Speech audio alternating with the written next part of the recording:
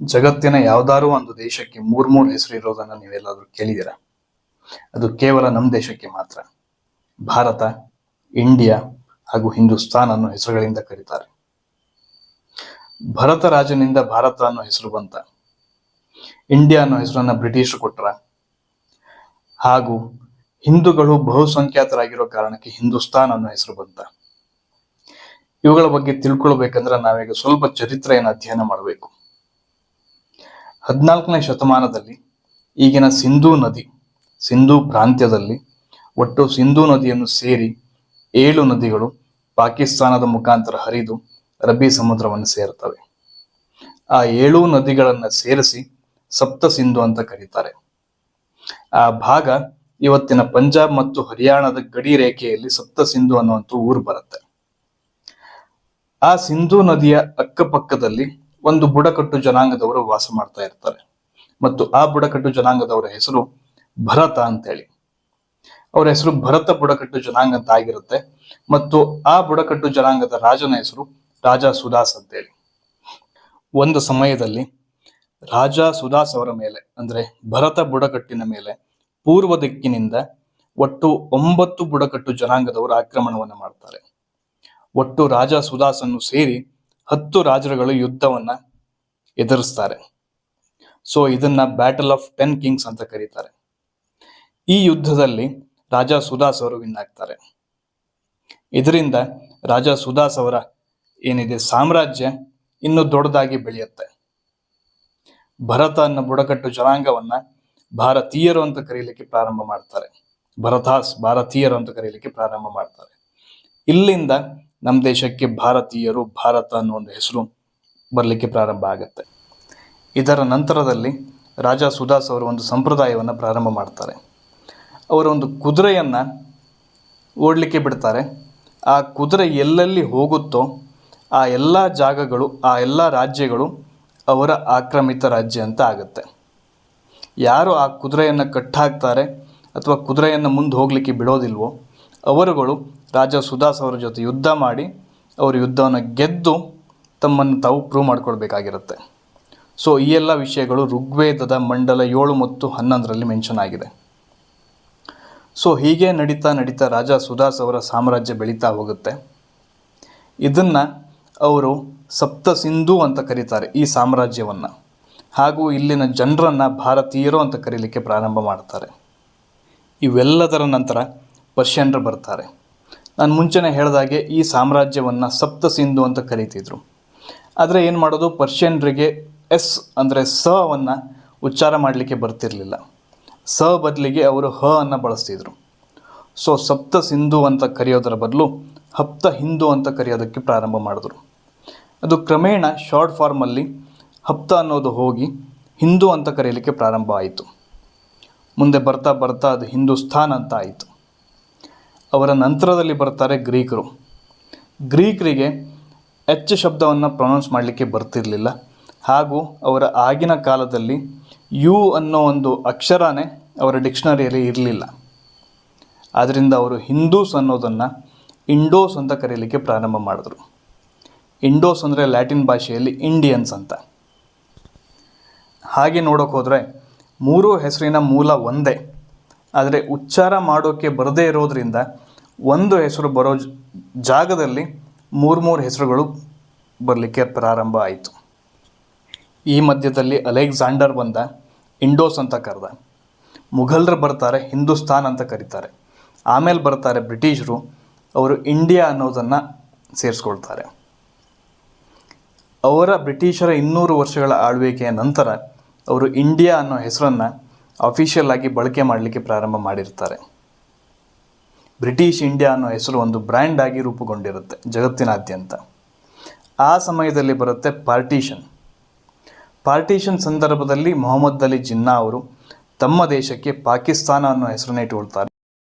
ನೆಹರು ಅವರು ಕೂಡ ನಮ್ಮ ದೇಶಕ್ಕೆ ಭಾರತ ಅಥವಾ ಹಿಂದೂಸ್ತಾನ ಅನ್ನೋ ಹೆಸರನ್ನು ಇಡ್ತಾರೆ ಅಂತ ಮೊಹಮ್ಮದ್ ಅಲಿ ಜಿನ್ನಾ ಅವರು ನಂಬಿದರು. ಆದರೆ ನೆಹರು ಅವರು ಈ ಮುಂಚಿಂದಲೇ ಮೌಂಟ್ ಬ್ಯಾಟನ್ ಜೊತೆ ಸಂಪರ್ಕದಲ್ಲಿದ್ದರಿಂದ ಇಂಡಿಯಾ ಅನ್ನೋ ಹೆಸರನ್ನು ಫೈನಲ್ ಮಾಡಿಬಿಟ್ಟಿದ್ರು. ಆ ವಿಷಯ ಮೊಹಮ್ಮದ್ ಅಲಿ ಜಿನ್ನಾ ಅವರಿಗೆ ಗೊತ್ತಿರಲಿಲ್ಲ. ಆಗ ಒಂದು ಸಂದರ್ಭ ಬರುತ್ತೆ, 1947 ಸೆಪ್ಟೆಂಬರ್ನಲ್ಲಿ ಒಂದು ಆರ್ಟ್ ಎಕ್ಸಿಬಿಷನನ್ನು ಆರ್ಗನೈಸ್ ಮಾಡ್ತಾರೆ, ನೆಹರು ಮತ್ತು ಮೌಂಟ್ ಬ್ಯಾಟನ್ ಅವರು ಸೇರಿಕೊಂಡು. ಆ ಆರ್ಟ್ ಎಕ್ಸಿಬಿಷನ್ನಿಗೆ ಮೊಹಮ್ಮದ್ ಅಲಿ ಜಿನ್ನಾ ಅವರಿಗೂ ಸಹಿತ ಆಮಂತ್ರಣವನ್ನು ನೀಡ್ತಾರೆ. ಆ ಆಮಂತ್ರಣದಲ್ಲಿ ಮೆನ್ಷನ್ ಮಾಡಿರ್ತಾರೆ, ನಮ್ಮ ದೇಶದ ಜಾಗದಲ್ಲಿ, ನಮ್ಮ ದೇಶದ ಹೆಸರಿನ ಜಾಗದಲ್ಲಿ ಡಾಮಿನಿಯನ್ಸ್ ಆಫ್ ಇಂಡಿಯಾ ಅಂತ. ಅದನ್ನು ನೋಡಿ ಮೊಹಮ್ಮದ್ ಅಲಿ ಜಿನ್ನಾ ಅವರು ಕೆರಳಿಬಿಡ್ತಾರೆ. ಅವರು ಕ್ಲಿಯರ್ ಆಗಿ ಮೌಂಟ್ ಬ್ಯಾಟನ್ನಿಗೆ ಒಂದು ಪತ್ರವನ್ನು ಬರೀತಾರೆ. ಅದರಲ್ಲಿ ಏನಿರುತ್ತೆ ಅಂದರೆ, ಇಂಡಿಯಾ ಅನ್ನೋ ಹೆಸರನ್ನು ನೀವು ಬಳಸೋದ್ರಿಂದ ಒಂದು ಜನರಲ್ಲಿ ಕನ್ಫ್ಯೂಷನ್ ಕ್ರಿಯೇಟ್ ಮಾಡುತ್ತೆ ಹಾಗೂ ಮಿಸ್ಅಂಡರ್ಸ್ಟ್ಯಾಂಡಿಂಗಿಗೆ ಕಾರಣ ಆಗುತ್ತೆ ಅನ್ನೋದು. ಆದರೆ ಮೊಹಮ್ಮದ್ ಅಲಿ ಜಿನ್ನಾ ಅವರ ನಿಜವಾದ ಉದ್ದೇಶ ಏನಂತ ಹೇಳಿದ್ರೆ, ಈ ಮುಂಚೆ ಪಾರ್ಟಿಷನ್ಗಿಂತ ಮುಂಚೆ ಬ್ರಿಟಿಷ್ ಇಂಡಿಯಾ ಅನ್ನೋದೊಂದು ಹೆಸರು ಬ್ರ್ಯಾಂಡ್ ಆಗಿ ಜಗತ್ತಿನಾದ್ಯಂತ ಪರಿಚಯ ಆಗಿಬಿಟ್ಟಿತ್ತು. ಸೊ ಅವರ ದೇಶಕ್ಕೆ ಪಾಕಿಸ್ತಾನ ಅಂತ ಕರೆದ್ರು ಹಾಗೂ ನಮ್ಮ ದೇಶಕ್ಕೆ ಇಂಡಿಯಾ ಅಂತ ಕರೆಯೋದ್ರಿಂದ ಜಗತ್ತಿನಾದ್ಯಂತ ಪಾಕಿಸ್ತಾನ ಅನ್ನೋದು ಬ್ರಿಟಿಷ್ ಇಂಡಿಯಾ ಅನ್ನೋ ಒಂದು ಯೂನಿಯನ್ನಿಂದ ಸಪ್ರೇಟ್ ಆಗಿ ಹೋಗಿದೆ. ಪಾಕಿಸ್ತಾನ ಅನ್ನೋದು ಒಂದು ಸಪ್ರೇಟ್ ಆಗಿ ಒಂದು ದೇಶ ಆಗಿದೆ. ಸೊ ಪಾಕಿಸ್ತಾನ ಬೇರೆ, ಇಂಡಿಯಾ ಬೇರೆ ಅನ್ನೋ ಒಂದು ಕಲ್ಪನೆ ಜಗತ್ತಿನಾದ್ಯಂತ ಹೋಗುತ್ತೆ ಅನ್ನೋದು ಮೊಹಮ್ಮದ್ ಅಲಿ ಜಿನ್ನಾ ಅವರ ಒಳಸಂಚಾಗಿತ್ತು ಹಾಗೂ ಅದು ಅವರಿಗೆ ಇಷ್ಟ ಇರಲಿಲ್ಲ. ಆ ಮುಖಾಂತರ ಅವರು ಒಂದು ಪತ್ರವನ್ನು ಬರೀತಾರೆ, ಇಂಡಿಯಾ ಅನ್ನೋ ಹೆಸರನ್ನು ಬಳಸಿದ್ದು ಸರಿ ಕಾಣಲಿಲ್ಲ ಅಂಥೇಳಿ. ಆದರೆ ನೆಹರು ಅವರು ಮತ್ತು ಮೌಂಟ್ ಬ್ಯಾಟನ್ ಅವರು ಈ ಮುಂಚಿಂದನೇ ಇಂಡಿಯಾ ಅನ್ನೋ ಹೆಸರಿಗೆ ಫಿಕ್ಸ್ ಆಗಿಬಿಟ್ಟಿದ್ರು ಮತ್ತು ಅವರು ಅದನ್ನು ಬದಲಾವಣೆ ಮಾಡೋ ಗೋಜಿಗೆ ಹೋಗಲಿಲ್ಲ. ಅಷ್ಟಾದಮೇಲೂ ಸಹಿತ ಪಾಕಿಸ್ತಾನದವ್ರದ್ದು ಒಂದು ಬೇಡಿಕೆ ಇತ್ತು, ಏನೆಂದರೆ ಮುಂದಿನ ದಿನದಲ್ಲಿ ಭಾರತ ಏನಾದರೂ ಇಂಡಿಯಾ ಅನ್ನೋ ಹೆಸರನ್ನು ಬಿಟ್ಟು ಹಿಂದೂಸ್ತಾನ್ ಅಥವಾ ಭಾರತ ಅನ್ನೋ ಹೆಸರನ್ನು ಬಳಸೋದಿದ್ದರೆ ಇಂಡಿಯಾ ಅನ್ನೋ ಹೆಸರು ತಮಗೆ ಬೇಕು ಅನ್ನೋ ಒಂದು ಬೇಡಿಕೆಯನ್ನು ಇಟ್ಟರು. ಅದು ಯಾಕೆ ಇಂಡಿಯಾ ಅನ್ನೋ ಹೆಸರು ಪಾಕಿಸ್ತಾನಕ್ಕೆ ಸೇರಬೇಕು ಅಂತ ಹೇಳಿದ್ರು ಅನ್ನೋದನ್ನು ಮುಂದಿನ ವಿಡಿಯೋದಲ್ಲೇ ಮುಂದೆ ಹೇಳ್ತೀನಿ. ಆದರೆ ಮುಂದಿನ ದಿನದಲ್ಲಿ ಅದು ಯಾವ ರೀತಿ ಬೆಳವಣಿಗೆಗಳು ಆಗಿಲ್ಲ. ಹಾಗೂ ಡಾಕ್ಟರ್ BR ಅಂಬೇಡ್ಕರ್ ಅವರು ಸಂವಿಧಾನದ ಆರ್ಟಿಕಲ್ 1ರಲ್ಲಿ ಕ್ಲಿಯರ್ ಆಗಿ ಇಂಡಿಯಾ ಮತ್ತು ಭಾರತ ಎರಡೂ ಹೆಸರನ್ನು ಮೆನ್ಷನ್ ಮಾಡ್ತಾರೆ. ಅದು ಹೇಗಿರುತ್ತೆ ಅಂತ ಹೇಳಿದ್ರೆ, India that is Bharat shall be a union of States ಅಂತೇಳಿ. ಅಂದರೆ ಇಂಡಿಯಾ ಅಂದರೆ ಭಾರತ ರಾಜ್ಯಗಳ ಒಕ್ಕೂಟ ಅಂತ ಅವ್ರು ಮೆನ್ಷನ್ ಮಾಡ್ತಾರೆ. ಇವತ್ತಿಗೂ ಸಹಿತ ಹಿಂದಿ ಅವತರಣಿಕೆಯಲ್ಲಿ ಭಾರತವನ್ನು ಮೊದಲು ಯೂಸ್ ಮಾಡಿರ್ತಾರೆ ಮತ್ತು ಇಂಗ್ಲೀಷ್ ಅವತರಣಿಕೆಯಲ್ಲಿ ಇಂಡಿಯಾ ಅನ್ನೋದನ್ನು ಯೂಸ್ ಮಾಡಿರ್ತಾರೆ. ಇಂಗ್ಲೀಷ್ ಅವತರಣಿಕೆಯಲ್ಲಿ India that is Bharat shall be a union of states ಅಂತ ಮೆನ್ಷನ್ ಮಾಡಿರ್ತಾರೆ. ಹಾಗೂ ಹಿಂದಿ ಅವತರಣಿಕೆಯಲ್ಲಿ Bharat that is India shall be a union of states ಅಂತ ಮೆನ್ಷನ್ ಮಾಡಿರ್ತಾರೆ. ಅದರ ಅರ್ಥ ನೀವು ಇಂಡಿಯಾ ಅಂತನಾದರೂ ಬಳಸ್ಬೋದು, ಇಲ್ಲ ಭಾರತ್ ಅಂತನಾದರೂ ಬಳಸ್ಬೋದು. ನಾರ್ಮಲ್ ಆಗಿ ಇಂಗ್ಲೀಷಲ್ಲಿ ಬರೆಯೋದಾದರೆ ಇಂಡಿಯಾ ಅಂತ ಬಳಕೆ ಮಾಡೋಕ್ಕೆ ಶುರು ಮಾಡಿದ್ರು, ಹಿಂದಿಯಲ್ಲಿ ಬರೆಯೋದಾದರೆ ಭಾರತ್ ಅಂತ ಬಳಕೆ ಮಾಡೋದನ್ನು ಶುರು ಮಾಡಿದ್ರು. ಅದರ ನಂತರದಲ್ಲಿ ಆ ಭಾಷೆ ವಿಚಾರದಲ್ಲಿ ಅಥವಾ ಯಾವುದೇ ದೇಶದ ಹೆಸರಿನ ವಿಚಾರದಲ್ಲಿ ಯಾವುದೇ ಗೊಂದಲಗಳು ಹುಟ್ಟಿರಲಿಲ್ಲ. ಆಗ ಬರುತ್ತೆ 2016ನೇ ಇಸ್ವಿಯಲ್ಲಿ ಒಂದು PIL ಸುಪ್ರೀಂ ಕೋರ್ಟಿಗೆ ಸಲ್ಲಿಕೆ ಆಗುತ್ತೆ. ಅದರಲ್ಲಿ ಏನಿದೆ ಅಂತ ಹೇಳಿದ್ರೆ, ಇಂಡಿಯಾ ಅನ್ನೋ ಹೆಸರನ್ನು ಬದಲಾವಣೆ ಮಾಡಿ ನಮ್ಮ ದೇಶಕ್ಕೆ ಭಾರತ ಅನ್ನೋ ಹೆಸರನ್ನು ಮರುನಾಮಕರಣ ಮಾಡಬೇಕು ಅಂತ ಸುಪ್ರೀಂ ಕೋರ್ಟಿಗೆ ಒಂದು PIL ಸಲ್ಲಿಕೆ ಆಗುತ್ತೆ. ಈ PILನ್ನು ಆಲೋಚಿಸಿದ ಚೀಫ್ ಜಸ್ಟಿಸ್ TS ಠಾಕೂರ್ ಹಾಗೂ UU ಲಲಿತ್ ಅವರು ದೇಶದ ಹೆಸರನ್ನು ಬದಲಾವಣೆ ಮಾಡುವಂಥ ಅಧಿಕಾರ ಯಾವುದೇ ಕೋರ್ಟಿಗಾಗಲಿ ಅಥವಾ ಯಾವುದೇ ರಾಜ್ಯಗಳಿಗಾಗಲಿ ಅಥವಾ ಯಾವುದೇ ಒಂದು ಸಂವಿಧಾನಾತ್ಮಕ ಹುದ್ದೆಯಲ್ಲಿರುವಂಥ ಯಾವುದೇ ವ್ಯಕ್ತಿಗಾಗಲಿ ಆ ಅಧಿಕಾರ ಇಲ್ಲ ಅಂಥೇಳಿ ಕ್ಲಿಯರ್ ಆಗಿ ಹೇಳಿ ಅವರ PILನ್ನು ತಿರಸ್ಕಾರ ಮಾಡುತ್ತೆ. ಆಮೇಲೆ ಮತ್ತೆ ಆ ವಿಷಯ ತಣ್ಣಗಾಗುತ್ತೆ. ಆಮೇಲೆ ಬರುತ್ತೆ 2020ರಲ್ಲಿ ಮತ್ತೊಂದು PIL ಸಲ್ಲಿಕೆ ಆಗುತ್ತೆ ಸುಪ್ರೀಂ ಕೋರ್ಟಿಗೆ ಇದೇ ವಿಚಾರವಾಗಿ. ಆವಾಗ ಸುಪ್ರೀಂ ಕೋರ್ಟ್ ಇದರ ಬಗ್ಗೆ ಯಾವುದೇ ವಿವರಣೆಯನ್ನು ನೀಡದೆ ಅರ್ಜಿಯನ್ನು ತಿರಸ್ಕಾರ ಮಾಡುತ್ತೆ. ಆಮೇಲೆ ಬರುತ್ತೆ 2023ರಲ್ಲಿ ದೇಶದ ಒಟ್ಟು 28 ರಾಜಕೀಯ ಪಕ್ಷಗಳು ಸೇರಿಕೊಂಡು ಒಂದು ಅಲಯನ್ಸನ್ನು ಫಾರ್ಮ್ ಮಾಡ್ತವೆ. ಅದರ ಶಾರ್ಟ್ ಫಾರ್ಮಲ್ಲಿ INDIA ಅಂಥೇಳಿ. ಅದರ full form Indian National Development and Inclusive Alliance ಅಂಥೇಳಿ. ಅವರ ಗುರಿ ಏನಂತ ಹೇಳಿದ್ರೆ 2024ರ ಲೋಕಸಭಾ ಎಲೆಕ್ಷನ್ನಲ್ಲಿ ಗೆಲ್ಲಬೇಕು ಅನ್ನೋದಾಗಿರುತ್ತೆ. ಅದೆಲ್ಲ ಬೆಳವಣಿಗೆಗಳು ನಡೀತಾ ಇರಬೇಕಾದ್ರೆ 2023ರ ಸೆಪ್ಟೆಂಬರಲ್ಲಿ ಆಡಳಿತ ಪಕ್ಷದವರು ಒಂದು ವಿಶೇಷ ಅಧಿವೇಶನವನ್ನು ಕರೀತಾರೆ. 5 ದಿನಗಳ ಕಾಲಕ್ಕೆ. ಆವಾಗ ದೇಶಾದ್ಯಂತ ಚರ್ಚೆ ಆಗುತ್ತೆ. ಯಾಕಂದರೆ ವಿಶೇಷ ಅಧಿವೇಶನ ಕರೆಯೋದು ಏನಾದರೂ ಒಂದು ಸೀರಿಯಸ್ ಮ್ಯಾಟ್ರ್ಗಳು ಅಥವಾ ಸೀರಿಯಸ್ ಆದಂಥ ವಿಷಯಗಳು ಇದ್ದರೆ ಮಾತ್ರ. ಆದರೆ ಹೇಳ್ಕೊಳ್ಳುವಂಥ ಸೀರಿಯಸ್ ಆಗಿರುವಂಥ ವಿಷಯ ಆ ಸಮಯದಲ್ಲಿ ದೇಶಾದ್ಯಂತ ಏನು ನಡೀತಾ ಇರಲಿಲ್ಲ. ಆಗ ಜನರ ಬಾಯಲ್ಲಿ ಒಂದು ಯೂನಿಫಾರ್ಮ್ ಸಿವಿಲ್ ಕೋಡ್ ಬಗ್ಗೆ ಇರ್ಬೋದು, ಇಲ್ಲ ಒನ್ ನೇಷನ್ ಒನ್ ಎಲೆಕ್ಷನ್ನ ಪ್ರಸ್ತಾಪ ಮಾಡೋದ್ರ ಬಗ್ಗೆ ಅಧಿವೇಶನವನ್ನು ಕರೆದಿದ್ದಾರೆ ಅಂತ ತಿಳ್ಕೊಳ್ತಾರೆ. ಆದರೆ ಯಾವುದೇ ವಿಷಯಗಳು ಅಲ್ಲಿ ಚರ್ಚೆಗೆ ಬಂದಿರೋದಿಲ್ಲ. ನಂತರ ಅದೇ ವರ್ಷದ ನವೆಂಬರ್ 18 ಮತ್ತು 19ರಂದು G20 ಶೃಂಗಸಭೆ ಭಾರತದಲ್ಲಿ ಆಯೋಜನೆಗೊಳ್ಳುತ್ತದೆ. G20 ನಾಯಕರುಗಳಿಗೆ ಒಂದು ಔತಣಕೂಟವನ್ನು ಏರ್ಪಡಿಸೋದು ಒಂದು ದೇಶದ ರಾಷ್ಟ್ರಪತಿಯವರ ಒಂದು ಸಂಪ್ರದಾಯ, ಮುಂಚಿಂದನೂ ನಡೆಸ್ಕೊಂಡು ಬಂದಂಥ ಒಂದು ಸಂಪ್ರದಾಯ. ಅಧಿಕೃತ ರಾಷ್ಟ್ರಪತಿಯವರ ಆ ಒಂದು ಇನ್ವಿಟೇಷನ್ನಲ್ಲಿ G20 ನಾಯಕರಿಗೆ ಕಳಿಸಲಾದಂಥ ಆಮಂತ್ರಣ ಪತ್ರಿಕೆಯಲ್ಲಿ ಲೆಟರ್ ಹೆಡ್ನಲ್ಲಿ ಗೌರ್ಮೆಂಟ್ ಆಫ್ ಭಾರತ್ ಅಂತ ಮೆನ್ಷನ್ ಮಾಡಿರ್ತಾರೆ. ನಾರ್ಮಲಿ ಇಷ್ಟು ವರ್ಷದಿಂದ ನಡ್ಕೊಂಡು ಬಂದಿರೋಂಥ ಒಂದು ಸಂಪ್ರದಾಯ ಅಂತ ಹೇಳಿದ್ರೆ ಇಂಗ್ಲೀಷ್ನಲ್ಲಿ ಬರೀಬೇಕಾದ್ರೆ ಅಂದರೆ ಗೌರ್ಮೆಂಟ್ ಆಫ್ ಇಂಡಿಯಾ ಅಂತ ಬರೀತಿದ್ರು, ಹಿಂದಿಯಲ್ಲಿ ಬರೀಬೇಕಾದ್ರೆ ಭಾರತೀಯ ಸರ್ಕಾರ ಅಂತ ಬರೀತಿದ್ರು. ಆದರೆ ಆ ಆಮಂತ್ರಣ ಪತ್ರಿಕೆಯಲ್ಲಿ ಗೌರ್ಮೆಂಟ್ ಆಫ್ ಭಾರತ್ ಅಂತ ಮೆನ್ಷನ್ ಮಾಡ್ತಾರೆ. ಆ ಆಮಂತ್ರಣ ಪತ್ರಿಕೆ ದೇಶಾದ್ಯಂತ ವೈರಲ್ ಆಗುತ್ತೆ. ಅದರ ನಂತರದಲ್ಲಿ G20 ಮೀಟಿಂಗ್ನಲ್ಲಿ ನಮ್ಮ ದೇಶದ ಪ್ರಧಾನಿಗಳು ಕುಳಿತುಕೊಳ್ಳುವಂಥ ಕುರ್ಚಿಯ ಎದುರುಗಡೆ ಟೇಬಲ್ ಮೇಲೆ ನೇಮ್ ಪ್ಲೇಟ್ನಲ್ಲಿ ಭಾರತ್ ಅಂತ ಮೆನ್ಷನ್ ಮಾಡಿರ್ತಾರೆ, ಭಾರತ್ ಅಂತ ಇಂಗ್ಲೀಷ್ನಲ್ಲಿ ಬರೆದಿರ್ತಾರೆ. ಇದೆಲ್ಲ ನೋಡಿಕೊಂಡು ದೇಶಾದ್ಯಂತ ಈ ಸರ್ಕಾರದವರು ಭಾರತ ಅನ್ನೋ ಹೆಸರನ್ನು ಮರುನಾಮಕರಣ ಮಾಡಲಿಕ್ಕೆ ಪ್ರಯತ್ನ ಮಾಡ್ತಾ ಇದ್ದಾರೆ ಅನ್ನೋ ಒಂದು ಗದ್ದಲ ಶುರುವಾಗುತ್ತೆ. ಮತ್ತೊಂದು ಸುದ್ದಿ ಏನು ಹೊರಡುತ್ತೆ ಅಂತ ಹೇಳಿದ್ರೆ, ಈ ಏನು 28 ರಾಜಕೀಯ ಪಕ್ಷಗಳು ಸೇರಿಕೊಂಡು ಒಂದು ಅಲಯನ್ಸ್ ಕ್ರಿಯೇಟ್ ಮಾಡಿರ್ತಾರೆ ಮತ್ತು ಅದರ ಹೆಸರು ಇಂಡಿಯಾ INDIA ಅಂತ ಆಗಿರುತ್ತೆ.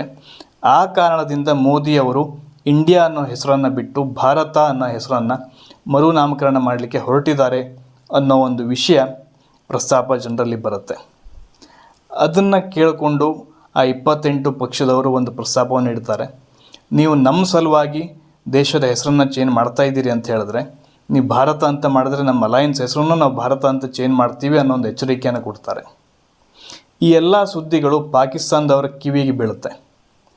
ಈ ಮುಂಚೆನೇ ಹೇಳಿದಾಗೆ ಇಂಡಿಯಾ ಅನ್ನೋ ಹೆಸರನ್ನು ಯಾವಾಗ ಭಾರತದವರು ಬಳಸೋದಕ್ಕೆ ಸ್ಟಾಪ್ ಮಾಡ್ತಾರೆ, ಆವಾಗ ಇಂಡಿಯಾ ಅನ್ನೋ ಹೆಸರು ತಮಗೆ ಬೇಕು ಅಂತ ಒಂದು ಬೇಡಿಕೆ ಮುಂಚಿಂದನೂ ಪಾಕಿಸ್ತಾನದವರಲ್ಲಿ ಇತ್ತು. ಆ ವಿಷಯ ಪಾಕಿಸ್ತಾನದವರಿಗೆ ತಲುಪುತ್ತೆ. ಅವರು ಮತ್ತೆ ಪ್ರಸ್ತಾಪ ಇಡ್ತಾರೆ, ಇಂಡಿಯಾ ಅನ್ನೋ ಹೆಸರು ನಮಗೆ ಸೇರಬೇಕು ಅಂತ. ಅದರ ನಿಜವಾದ ಕಾರಣ ಯಾಕೆ ಅವರು ಇಂಡಿಯಾ ಅನ್ನೋ ಹೆಸರು ತಮಗೆ ಸೇರಬೇಕು ಅಂತ ಹೇಳ್ತಾರೆ ಅಂತ ಹೇಳಿದ್ರೆ, ಅದರಲ್ಲೊಂದು ಸಣ್ಣ ಕಥೆ ಇದೆ. ಮುಂಚೆನೇ ಹೇಳಿದಾಗೆ ಸಿಂಧೂ ನದಿಯು ಭಾರತದ ಈಗಿನ ಜಮ್ಮು ಕಾಶ್ಮೀರದಲ್ಲಿ ಹರಿದು ಪಾಕಿಸ್ತಾನದ ಮುಖಾಂತರ ಅರಬ್ಬಿ ಸಮುದ್ರವನ್ನು ಸೇರುತ್ತೆ. ಸಿಂಧೂ ನದಿಯ 50ಕ್ಕೂ ಹೆಚ್ಚು ಭಾಗ ಪಾಕಿಸ್ತಾನ ದೇಶದಲ್ಲಿ ಹರಿಯುತ್ತೆ. ಆ ಕಾರಣದಿಂದ ಸಿಂಧೂ ನದಿಯಿಂದಲೇ ಇಂಡಿಯಾ ಅನ್ನೋ ಹೆಸರು ಹುಟ್ಟಿದ್ದಾಗಿದ್ದರಿಂದ ಪಾಕಿಸ್ತಾನದವರಿಗೆ ಇಂಡಿಯಾ ಅನ್ನೋ ಹೆಸರಿನ ಸಂಪೂರ್ಣ ಅಧಿಕಾರ ತಮಗಿದೆ ಅನ್ನೋ ಒಂದು ವಾದ ಮುಂಚಿಂದನೂ ಇತ್ತು ಮತ್ತು ಈ ಸಂದರ್ಭದಲ್ಲಿ ಅವರು ಮತ್ತೆ ಪ್ರಸ್ತಾಪನೆಯನ್ನು ಇಡುತ್ತಾರೆ. ಆದರೆ ಅದರ ನಂತರದಲ್ಲಿ ಯಾವುದೇ ರೀತಿ ದೇಶದ ಹೆಸರನ್ನು ಬದಲಾವಣೆ ಮಾಡುವಂಥ ವಿಚಾರಗಳಾಗಲಿ ಅಥವಾ ಯಾವುದೇ ರೀತಿ ಡಿಸ್ಕಷನ್ಗಳಾಗಲಿ ಬರಲೇ ಇಲ್ಲ. ಈಗ ಬರೋ ಪ್ರಶ್ನೆ ಏನೆಂದರೆ, ಒಂದು ದೇಶದ ಹೆಸರನ್ನು ಅಷ್ಟು ಸುಲಭವಾಗಿ ಬದಲಾವಣೆಯನ್ನು ಮಾಡಬಹುದಾ ಅಂತ ವಿಚಾರಗಳನ್ನು ಮಾತಾಡಬೇಕಂತ ಹೇಳಿದ್ರೆ, ಒಂದು ದೇಶದ ಹೆಸರನ್ನು ಬದಲಾವಣೆ ಮಾಡೋದು ಸುಲಭನೇ ಅದು. ಆದರೆ ನಮ್ಮಂಥ ದೇಶ, ನಮ್ಮ ಭಾರತದಂಥ ದೊಡ್ಡ ದೇಶಕ್ಕೆ ಅದು ಸ್ವಲ್ಪ ಕಷ್ಟ ಸಾಧ್ಯ. ಯಾಕಂದರೆ ನಮ್ಮ ದೇಶ ಮಾತ್ರ ಅಲ್ಲ ದೇಶದ ಹೆಸರನ್ನು ಬದಲಾವಣೆ ಮಾಡುವಂಥ ಪ್ರಸ್ತಾಪವನ್ನು ಮುಂದಿಡ್ತಾ ಇರೋದು. ಇದಕ್ಕೂ ಮುಂಚೆ ಹಲವಾರು ದೇಶಗಳು ತಮ್ಮ ಹೆಸರನ್ನು ಬದಲಾವಣೆ ಮಾಡಿದೆ. ಉದಾಹರಣೆಗೆ ಸಿಲೋನಿಂದ ಶ್ರೀಲಂಕಾ ಆಗಿದೆ, ಬರ್ಮಾಯಿಂದ ನಯನ್ಮಾರ್ ಆಗಿದೆ, ಹಾಗೂ ಪರ್ಷಿಯಾಯಿಂದ ಇರಾನ್ ಆಗಿದೆ. ಇನ್ನೂ ಹಲವಾರು ದೇಶಗಳು ಹೆಸರನ್ನು ಬದಲಾವಣೆ ಮಾಡಿಕೊಂಡಿರೋ ಉದಾಹರಣೆಗಳಿವೆ. ಆದರೆ ಅಂಕಿಅಂಶಗಳನ್ನು ನೋಡೋಕೆ ಹೋದರೆ ಒಂದು ದೇಶದ ಹೆಸರನ್ನು ಬದಲಾವಣೆ ಮಾಡೋದು ಭಾರತದಂಥ ದೇಶಕ್ಕೆ ಸುಲಭದ ಮಾತಲ್ಲ. ಯಾಕಂದರೆ ಒಂದು ದೇಶದ ಹೆಸರನ್ನು ಬದಲಾವಣೆ ಮಾಡಬೇಕಂದ್ರೆ ಸಂವಿಧಾನದಲ್ಲಿ ಬದಲಾವಣೆಯನ್ನು ತರಬೇಕು. ಸಂವಿಧಾನದ ಆರ್ಟಿಕಲ್ 368 ಪ್ರಕಾರ ಯಾವುದೇ ಒಂದು ಬದಲಾವಣೆಯನ್ನು ತರಬೇಕಂದ್ರೆ ಪಾರ್ಲಿಮೆಂಟಲ್ಲಿ ಒಂದು ಬಿಲ್ಲನ್ನು ಪಾಸ್ ಮಾಡಬೇಕು. ಬಿಲ್ಲನ್ನು ಪಾಸ್ ಮಾಡಬೇಕಾದ್ರೆ ಮೇನ್ ಆಗಿ ಬೇಕಾಗುವುದು ಮೆಜಾರಿಟಿ. ಅದರಲ್ಲೂ 2 ರೀತಿಯಾದಂಥ ಮೆಜಾರಿಟಿಗಳಿವೆ. ಒಂದು ಸಿಂಪಲ್ ಮೆಜಾರಿಟಿ, ಮತ್ತೊಂದು ಸ್ಪೆಷಲ್ ಮೆಜಾರಿಟಿ ಅಂತೇಳಿ. ಸಿಂಪಲ್ ಮೆಜಾರಿಟಿ ಅಂದರೆ ಪಾರ್ಲಿಮೆಂಟಿನ ಒಟ್ಟು ಸದಸ್ಯರ 50ರಷ್ಟು ಅಥವಾ 50ಕ್ಕಿಂತ ಹೆಚ್ಚು ಭಾಗ ಮತಗಳು ಬಿದ್ದರೆ ಆ ಬಿಲ್ ಪಾಸ್ ಆಗುತ್ತೆ. ಮತ್ತೊಂದು ಸ್ಪೆಷಲ್ ಮೆಜಾರಿಟಿ ಅಂದರೆ ಪಾರ್ಲಿಮೆಂಟಿನ ಸದಸ್ಯರ ಒಟ್ಟು 2/3 ಭಾಗದಷ್ಟು ಮತಗಳು ಬೀಳಬೇಕು. ಅಂದರೆ 66% ಮತಗಳು ಬಿದ್ದರೆ ಆ ಬಿಲ್ಲನ್ನು ಪಾಸ್ ಮಾಡೋಕ್ಕೆ ಸಾಧ್ಯ ಆಗುತ್ತೆ. ಹಾಗೂ ಈಗ ದೇಶದ ಹೆಸರನ್ನು ಬದಲಾವಣೆ ಮಾಡುವಂತಹ ಬಿಲ್ಗಳು ಪಾಸ್ ಆಗಬೇಕಂದ್ರೆ ಅದು ಸ್ಪೆಷಲ್ ಮೆಜಾರಿಟಿ ಅನ್ನೋ ಒಂದು ಇದರಲ್ಲಿ ಬರುತ್ತೆ. ಆವಾಗ ನಮ್ಮ ದೇಶದ ಅರ್ಧಕ್ಕಿಂತಲೂ ಹೆಚ್ಚು ರಾಜ್ಯಗಳು ಈ ಒಂದು ಪ್ರಸ್ತಾವನೆಗೆ ಒಪ್ಪಿಗೆಯನ್ನು ಸೂಚಿಸಬೇಕಾಗತ್ತೆ.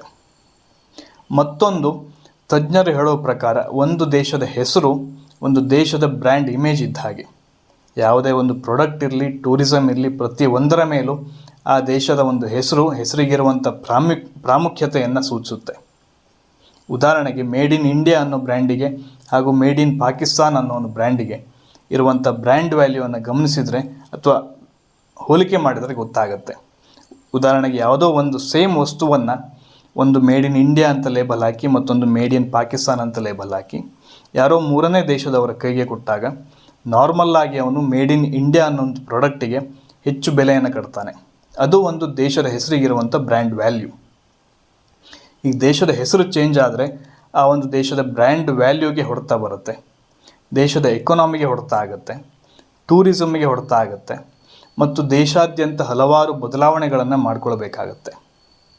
ಉದಾಹರಣೆಗೆ ಎಲ್ಲ ಸರ್ಕಾರಿ ಕಚೇರಿಗಳಲ್ಲಿ ಇರುವಂಥ ಡಾಕ್ಯುಮೆಂಟ್ಗಳಲ್ಲಿ, ಮಿಲಿಟರಿ ಯೂನಿಫಾರ್ಮ್ಗಳಲ್ಲಿ, ಆರ್ಮಿಗಳಲ್ಲಿ, ನೇವಿಗಳಲ್ಲಿ, ಏರ್ಫೋರ್ಸ್ಗಳಲ್ಲಿ, GPS ನ್ಯಾವಿಗೇಷನ್ ಸಿಸ್ಟಮಲ್ಲಿ, ಮ್ಯಾಪ್ಸ್ಗಳಲ್ಲಿ ಇನ್ನೂ ಹಲವಾರು ಕಡೆ ದೇಶದ ಹೆಸರನ್ನು ಚೇಂಜ್ ಮಾಡಬೇಕು. ಈ ಮುಂಚೆ ನಮ್ಮದೇ ದೇಶದ ಉತ್ತರ ಪ್ರದೇಶದ ರಾಜ್ಯದಲ್ಲಿ ಅಲಹಾಬಾದ್ ಅನ್ನೋ ಒಂದು ಹೆಸರಿನಿಂದ ಪ್ರಯಾಗರಾಜ್ ಅನ್ನೋ ಒಂದು ಹೆಸರಿಗೆ ಬದಲಾವಣೆ ಮಾಡ್ತಾರೆ. ಅಂಕಿಅಂಶಗಳ ಪ್ರಕಾರ ಆ ಒಂದು ಹೆಸರು ಬದಲಾವಣೆಗೆ ತಗುಲಿದಂಥ ವೆಚ್ಚ ಉತ್ತರ ಪ್ರದೇಶ ಸರ್ಕಾರಕ್ಕೆ ಸರಿಸುಮಾರು 300 ಕೋಟಿಗಳಷ್ಟು. ಇನ್ನು ನಮ್ಮ ದೇಶದ ಹೆಸರನ್ನು ಬದಲಾವಣೆ ಮಾಡಬೇಕಂದ್ರೆ ಸರಿಸುಮಾರು 14,000 ಕೋಟಿಗಳಷ್ಟು ಖರ್ಚು ಬರ್ಬೋದು ಅಂತ ತಜ್ಞರು ಅಭಿಪ್ರಾಯಪಡ್ತಾರೆ. ಹಾಗೂ ತಜ್ಞರು ಹೇಳೋದೇನೆಂದರೆ ದೇಶದ ಹೆಸರನ್ನು ಬದಲಾವಣೆ ಮಾಡ್ಬೋದು, ದೊಡ್ಡ ವಿಷಯ ಅಲ್ಲ, ಹಣಕಾಸು ಅಥವಾ ಖರ್ಚುಗಳು ಬಂದರೂ ಸಹಿತ ಮಾಡ್ಬೋದು.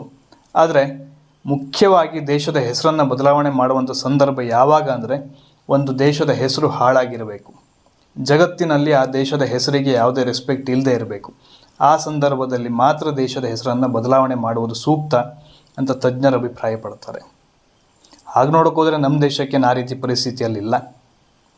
ಇಡೀ ಜಗತ್ತನ್ನು ಇನ್ಫ್ಲೂಯೆನ್ಸ್ ಮಾಡ್ತಾ ಇರುವಂಥ, ಸದ್ಯಕ್ಕೆ ಇರುವಂಥ ಮುಂಚೂಣಿಯಲ್ಲಿರುವಂಥ ದೇಶ ಅಂದರೆ ಭಾರತ. ಹಾಗಾಗಿ ನಮ್ಮ ದೇಶಕ್ಕೆ ಇರುವಂಥ 3 ಹೆಸರಿನ ಮೂಲ ಒಂದೇ, ಅದು ಸಿಂಧೂ ನದಿ. ಧನ್ಯವಾದಗಳು.